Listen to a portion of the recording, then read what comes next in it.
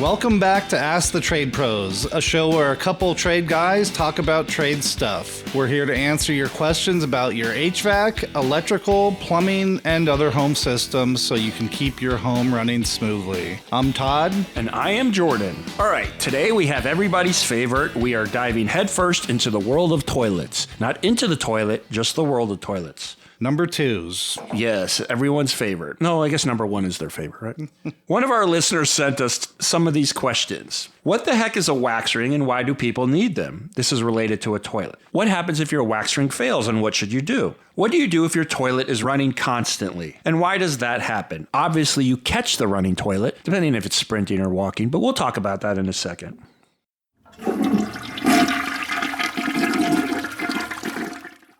Let's start with the wax ring. What the heck is a wax ring? Okay, well... It's a ring of wax. But what's a wax ring used for? It is a wing of wax. You are absolutely 100% correct. It's a seal that goes between the toilet and your waste pipe. So on top of the waste pipe is what's called a toilet flange. And that's what has the bolts that mounts to your toilet. So the wax ring seals in between your toilet and that flange. Once you put the toilet on... The flange being the hole in the ground. The flange is the hole in the ground, correct. Yes, this isn't an outhouse there where it just goes into earth. There is actually a pipe down there. So the wax ring is meant to seal between the toilet and the waste pipe. So obviously your toilet has water in it. So without that wax seal, the water would leak out of the base of your toilet. So once that wax ring is compressed, it only allows the water to go into the waste pipe. So that's the purpose of the wax ring.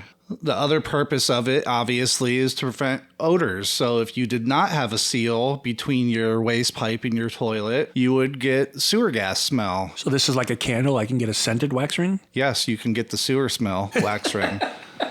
Yeah. And once you get that, you may never want to get it again.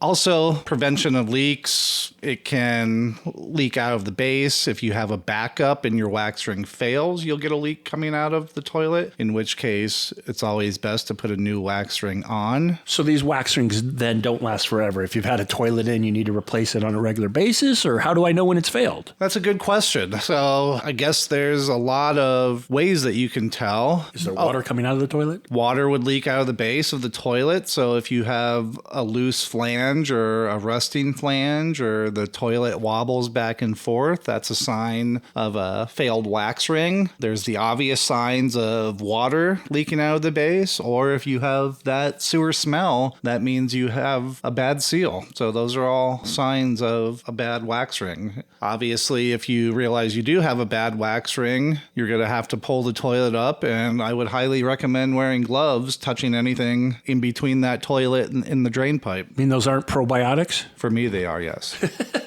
This is something you also might want to let a professional do, depending on how capable you are. Toilets are not as light as they seem. The bolts can be fragile, pulling the flange out, all that stuff, especially on older homes, is not as straightforward as on newer homes. A lot of times the bolts are rusted, the flange is cracked, it's not a good match. There are several different types of wax rings, sizes, shapes, all that. You may not know which one you need to use based on your toilet. It is something that a consumer may do on their own, but if you're worried about it at all, you can call a professional. It's a relatively straightforward change out on a wax ring. So we covered the wax ring and the purpose of that. Let's go into why your toilet would run constantly. Jordan, what do you... It's fleeing someone? Yes, it does have some nice running shoes, doesn't it? Well, I guess that'd be the wax ring. Yeah.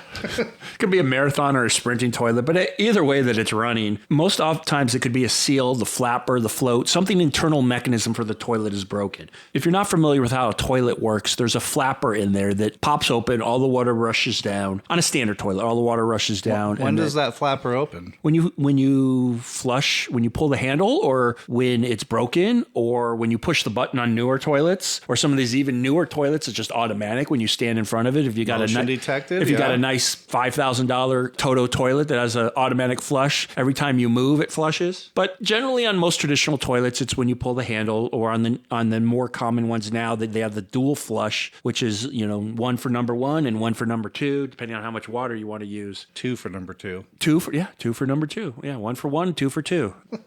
They keep that simple for us, don't they? The toilet, so if the handle could stick, the flapper could stay open, the flapper could be leaking, the float valve could be broken. There are numerous reasons why a toilet might run constantly. Start with the most common one. They want to just kind of jingle the handle, make sure the handle's not stuck or sticking in its position. That happens a lot. I was recently on a vacation where you had to push the button once for the toilet in the hotel to flush, and then you had to wait after you used it and push it again because otherwise it would run constantly because it's stuck continually. So it could be the handle. After you've checked the handle out, if the handle seems to be working fine, look inside and see if the flapper, the little rubber flapper that closes the hole, is opening and closing properly. What that does is when you pull the handle, it lifts up, floods water down the toilet, and when you release the handle, it is supposed to, with gravity, just fall back and cover the hole. But they don't always do that. They wear out, they get cuts in them, they get seal problems in them, similar to the bottom of the toilet where the water just wears them down, and then they just don't close completely. It's just a door that doesn't close completely, so water's leaking through it and constantly running. You can then check out the float if all of these things seem to be working properly. The floats do go bad. The float is the device that fills the toilet with water. They have a setting based on the height of the water to shut off and on, but like anything we have in the world, it breaks occasionally and you do have to replace them and change them. These are pretty straightforward things to fix. You can get toilet rebuild kits, you can get flapper replacements, you can get handle replacements, unless you have those super fancy toilets, because then it's all electronic and you can't really change that out yourself. Yeah, so we covered toilets, wax rings, and problems, but let's talk about this. We've talked about this in previous episodes, but everything goes back to water supply, right, Jordan? And we talked about our last episode, water heaters and minerals and deposits, and at all times, that water is flowing through every pipe in your house, so it's going into your toilet as well. And guess what? Those minerals,